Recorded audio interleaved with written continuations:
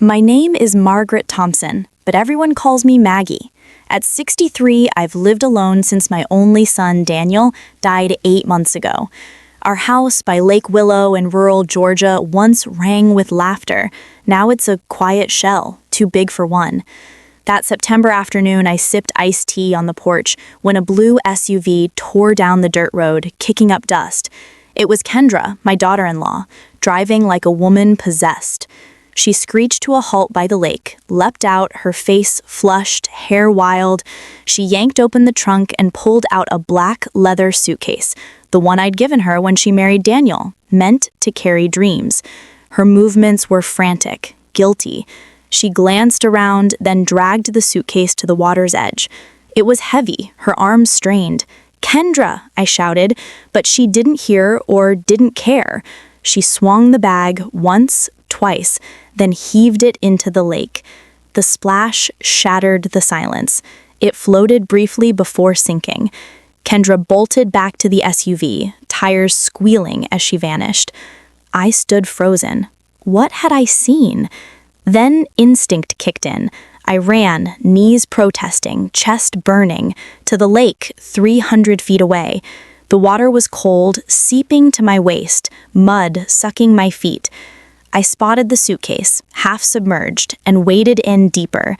Grabbing the handle, I pulled with all my strength, dragging it to shore. Then I heard it, a faint, muffled cry from inside. My blood chilled. "No, please, God," I whispered, fumbling with the wet zipper. It jammed, but I forced it open. My heart stopped. Inside, wrapped in a soaked green blanket, was a newborn baby, pale, lips blue, barely moving. His umbilical cord was tied with string, not a medical clamp. A secret birth. I pressed my ear to his chest. Silence. But a weak breath grazed my cheek. He was alive, barely. Hands shaking, I lifted him, so tiny, and ran home, screaming nonsense. I dialed 911, clearing the kitchen table with a sweep. "A baby in the lake, he's cold, blue, help!" The operator was calm. "Dry him gently, wrap him warm. Ambulance is coming." I grabbed towels, dried his fragile body, and swaddled him, rocking instinctively, singing lullabies I'd sung to Daniel. Sirens wailed. 2 paramedics, a grizzled man and a young woman, rushed in. They examined him. Severe hypothermia, possible water aspiration. "We need to move," the woman said, placing him on a tiny gurney with an oxygen mask. "You coming?" the man asked. I nodded, climbing into the ambulance. "How'd you find him?" the woman asked as monitors beeped. "In a suitcase, thrown in the lake. I saw Kendra do it." Their eyes met. Concern. Suspicion. At Atlanta General, doctors swarmed the baby, rushing him to the NICU. A nurse, Sarah, about my age, stopped me. "Stay here, we need information." I recounted everything. Kendra's car, the suitcase, the rescue. Sarah took notes. "Police will come, this is attempted murder." I sat in the waiting room, soaked, shaking. 2 hours later, a doctor updated. "Stable but critical. Next 48 hours are key." Police arrived, Detective Sergeant Leila Ramirez, sharp-eyed, and her partner, Officer Tate, taking notes. I repeated my story. "Sure it was Kendra?" Leila asked. "Absolutely." "Why?" "I don't know. Kendra and I never got along. I'd always sensed something off. Her charm too calculated. Her interest in Daniel's engineering salary too keen." "Don't contact her," Leila warned. "Statement tomorrow." Sarah brought dry scrubs and a blanket.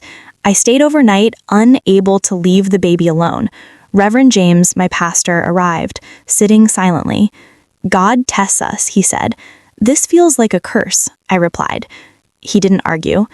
Dawn broke. Sarah brought coffee and a sandwich. "He's warming up. Good sign." But no visits, family only. Leila returned with a photo of Kendra's SUV at a supermarket, time-stamped 5:20 p.m., 10 minutes after the lake. "Inconsistencies," she said. "I saw her," I insisted. "Your relationship with Kendra?" "We're not close. I suspected her in Daniel's death. Car crash, rain. She walked away unscathed." She noted it. "She's vanished. House empty. Phone off." Doubt crept in. Was I wrong? Reverend James prayed with me, calming my nerves. A doctor needed test authorization. I signed as the finder. Social worker Emily, young, professional, asked about my life. Alone, pension, no record, brief depression post-Daniel, treated. He'll need foster care, she said. What if I want him? You're 63, not certified, in an investigation, protocols. I went home briefly, staring at the lake, footprints and dried mud. The hospital called. Return now. In a conference room were Leela, Emily, and Dr. Harold Klein, geneticist. DNA results, Leela said. He's your grandson, Daniel's son. Impossible. Daniel died 8 months ago, but tests showed a 25% match. Kendra conceived before his death. Hid it. More, Leela said. Daniel's brakes were tampered. Murder. Kendra, I whispered. Primary suspect, she's gone.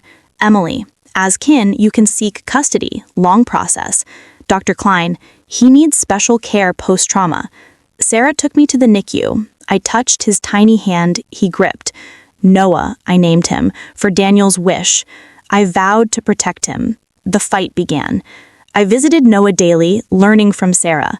Emily listed requirements: background check, psych eval, medical, income proof, home inspection, references, 40-hour childcare course.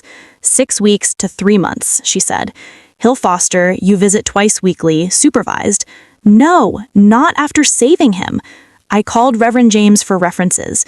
You're strong, he said. Sarah was 90 birthing Isaac. I doubted. Too old? But love drove me. I converted Daniel's room to a nursery, painted blue, bought a crib. Inspection was humiliating. Officials checked everything. The childcare course was worse. Young moms stared, the instructor patronized. I endured for the certificate. Leela updated. Kendra's aunt in Tucson hadn't seen her in years. Kendra got Daniel's $200,000 insurance money moved offshore. Why kill Noah? I asked. Daniel changed his will, everything to future kids. She killed him, then the baby, for it. Noah thrived, a miracle. 6 weeks later, Emily. Judge reviews next week, possible temporary custody. That night, Leela called. Come see Daniel's things. His unlocked phone showed texts. Daniel found a pregnancy test. Kendra wanted an abortion. He threatened divorce, custody fight. Her, you'll regret this. No reply, next day, dead. I found Daniel's journal. Entries. Kendra money obsessed, secretive. He discovered pregnancy, changed will to protect the baby. Last. Kendra threatened me. Tell mom. I gave it to Leela. Premeditation. Weeks passed, each day a step toward Noah. I completed the requirements. Clean background, healthy for 63, psych eval grueling. The psychologist probed. Replacing Daniel with Noah? I snapped. I'm saving my grandson. The home inspection was invasive. Closets, fridge, smoke detector scrutinized. I spent $800 on baby gear, draining savings. The childcare course humiliated. Basics I knew, taught slowly, but I got the certificate. Noah grew stronger, breathing on his own, a medical miracle. Doctors marveled. I saw Daniel's spirit in him. Lila shared more. Mechanic Vince Miller confessed to sabotaging Daniel's brakes for $2,000, paid by Kendra to clear gambling debts. Warrant out for murder, attempted homicide, Lila said, but she's a ghost. At the hearing, the judge, a kind woman in her 50s, reviewed my file. Unusual, a 63-year-old seeking newborn custody. But you saved him. He's thriving. She granted temporary custody for 6 months, with monthly checks. Relief flooded me. I cried in the courtroom. 3 days later, I brought Noah home, Sarah helping buckle him into the car seat. I drove at a crawl, terrified. At home, I placed him in the crib, his tiny form dwarfed. He was safe, for now. I installed deadbolts, cameras, an alarm, another $800 gone. The first weeks were brutal. Sleepless nights, crying, doubts. Too old? Sarah visited thrice weekly, teaching tricks. Burping, swaddling, decoding cries. You're great, she said. I felt terrified, every passing car a threat. Kendra was still out there. 3 weeks in, organizing Daniel's things, I found a worn journal. Early entries mundane, later ones chilling. 4 years ago, met Kendra, beautiful, mysterious. Doubts grew, caught her checking my bank statements. Last month before death. Kendra's pregnant. She's furious, doesn't want it. Changed will, everything to baby. I don't trust her money obsession. Final entry, she threatened me. Tell Mom tomorrow. He never did. I gave the journal to Leela. Premeditation evidence, she said. When we find her, this seals it. One night, feeding Noah, my phone rang. Unknown number. I answered. Maggie, it's Kendra. My heart raced. Where are you? Doesn't matter. I have truth about Daniel. You have what I want. I know you killed him for money. Journal. Laugh. Daniel no saint. I want my son, $500,000, insurance plus baby's fund. You tried drowning him. Mistake. Postpartum panic. Bring him, money, to the old boathouse, midnight tomorrow. Alone, or I vanish, later claim you stole him. I recorded, sent to Leela. Trap, she said. Wear a wire. Teams hide. Noah stays with Sarah. Sarah took Noah, promising safety. Leela planned. Snipers on roofs. Teams at boathouse entrances. Keep her talking. Confess. Panic button. 3 taps. We drilled scenarios. I ate a tasteless sandwich, wired up at 10 p.m. At 11:15 we drove. Leela crouched low. Teams were set. Snipers, assault units. At 11:40, I parked by the boathouse, a dilapidated relic from Daniel's fishing days. Leela vanished into shadows. Midnight. A text. Go in alone. I walked, steps loud in silence. The door creaked. Inside, darkness, moonlight through broken windows. Kendra, I called, voice small. Closed door, she said from the shadows. She emerged, thinner, hair short, red. You came. I said talk. I want my son, money. Where? Answers first. Why kill Daniel? Noah. She laughed coldly. Money. Daniel, romantic fool, wanted family. Pregnancy ruined my plan. Divorce, take half.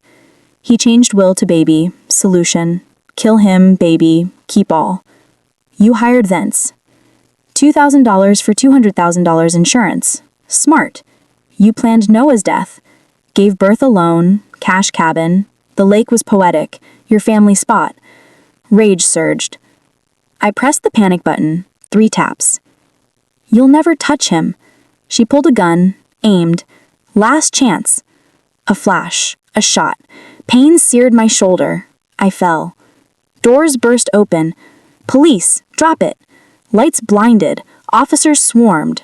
Kendra hesitated, then dropped the gun, hands up. They cuffed her, screaming. Leela knelt. Stay with me. I'm fine, I gasped. Got her? Yes, ambulance coming. I woke up in the hospital, shoulder grazed, stitched. Sarah brought Noah, cooing happily. You did it, she said. Leela visited. Confession recorded. Guilty. Life, no parole. Relief washed over me. Noah was safe. Recovery was slow, physical therapy painful, but I pushed through, with Sarah helping with Noah when my shoulder failed. Neighbors brought casseroles, Reverend James offered food and prayers, calling me a hero, though I felt only like a grandmother protecting her own. 2 months later, at another hearing, the judge smiled, noting, Elijah thrives, reports impress. I grant permanent custody, effective immediately. You may adopt. Tears fell as I said yes, and adoption finalized. At home, I transformed Daniel's room fully. Yellow walls, lullaby mobile, watching Noah grow, hitting milestones, chunky at 8 months, smiling with 2 teeth, his first word, Nana, breaking me open with joy. On his 5th birthday, we threw a backyard party. Balloons, cake, kids, Noah running, laughing, so alive, unlike the blue-lipped baby from the lake. Sarah and I reflected, me saying, 5 minutes later he'd be gone, her replying, you saved him, destiny, and I countered, or Daniel's, guiding my eyes. That night, alone, I looked at photos, Daniel as a baby, at graduation, with Kendra, then Noah, hospital, first steps, preschool, father and son linked by love, split by tragedy, whispering, we did it, Daniel, he's safe, happy. Years passed. Noah walked at 11 months, ran at 2, started preschool at 3. I told him, your daddy was brave, loved you before you were born. His little voice replying, Daddy, hero, while I never mentioned Kendra, saving that for later. Sloane rots in prison. Life, no parole. Her lake glare revealing no love, only greed. Her loss, my gain. Ava brings toys, Sarah, like an aunt, takes Noah to parks, and Reverend James blesses our home yearly, saying Noah proves God turns pain to purpose. Tragedy came, Daniel's death, Noah's near drowning, but I didn't surrender to grief, doubt my eyes, or deem myself too old. Instead, I fought, love making me stronger. Noah's laughter fills our once silent house, each good morning Nana making every struggle worth it. I'd face Kendra again, take the bullet, fight the system for him. I'm no hero, just a grandmother. Daniel's the hero, protecting Noah in his will, dying for it. Noah's the miracle, surviving against odds. I'm the bridge, guarding their legacy. Some nights, with only the clock ticking, I recall the old me, broken, purposeless. But now, chasing Noah, kissing scrapes, I'm stronger than imagined, starting with a choice. Run to the lake, open the suitcase, fight fear. Hard days come, exhaustion, doubts, but Noah's smile, his trust, erases them. I'll raise him as Daniel would, brave, kind, and though I may not see his adulthood, I've planted roots, given wings. Elijah is my purpose, my gift. In his eyes I see Daniel, in his laughter I hear hope. Tragedy defines us only if we let it, but I chose love and it grew. His name is Noah, and he's my everything. Please subscribe to my channel.